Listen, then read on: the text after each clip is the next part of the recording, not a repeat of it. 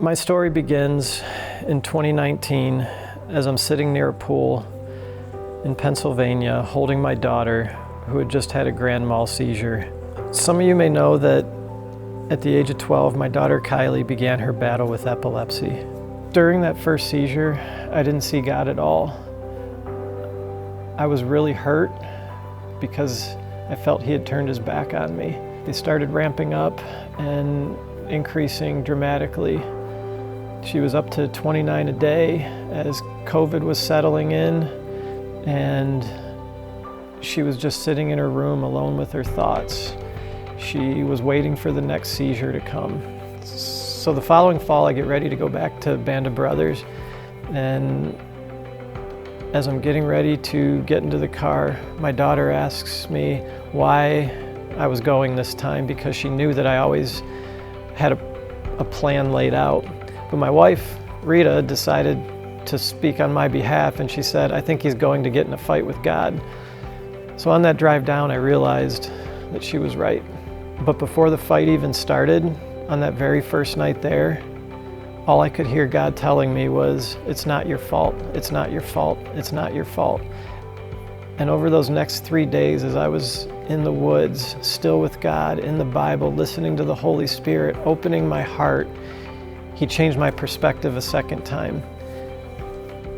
And I understood that I was blaming myself for all of the things that I couldn't control and all of the plans that I couldn't change, and for Kylie's epilepsy. So as we're going through the motions, my friend in Avon Lake campus stops me after a service, and he asks if he can talk to me, and he has a tear in his eye.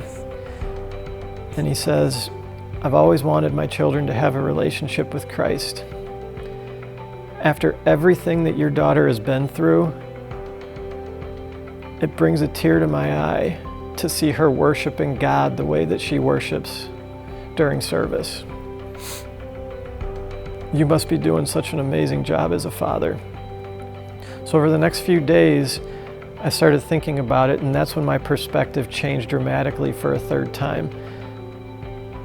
I started wondering, and the Spirit was revealing to me that He's been clearing clutter out of Kylie's life for years. He's been taking those hurdles away so that she could have a relationship with Christ.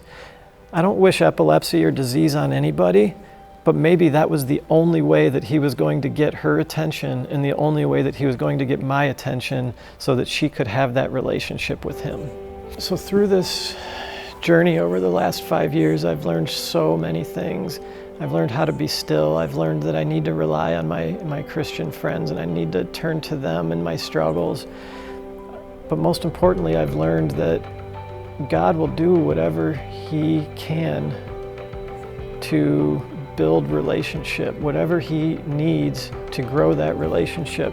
My job was always just to plant the seed and encourage and be there for my daughter. So even though I was failing, I was still taking her to church, and I was still planting that seed. And God was the one that grew it through these struggles. It was never about me or what my struggles were. It was always about the path that He was going to lead her on for eternal salvation. And I still have the same values for my children, that I still want them to have good health and a relationship with Christ, but it's no longer in that order. I want them to have that relationship with Christ more than anything in the world.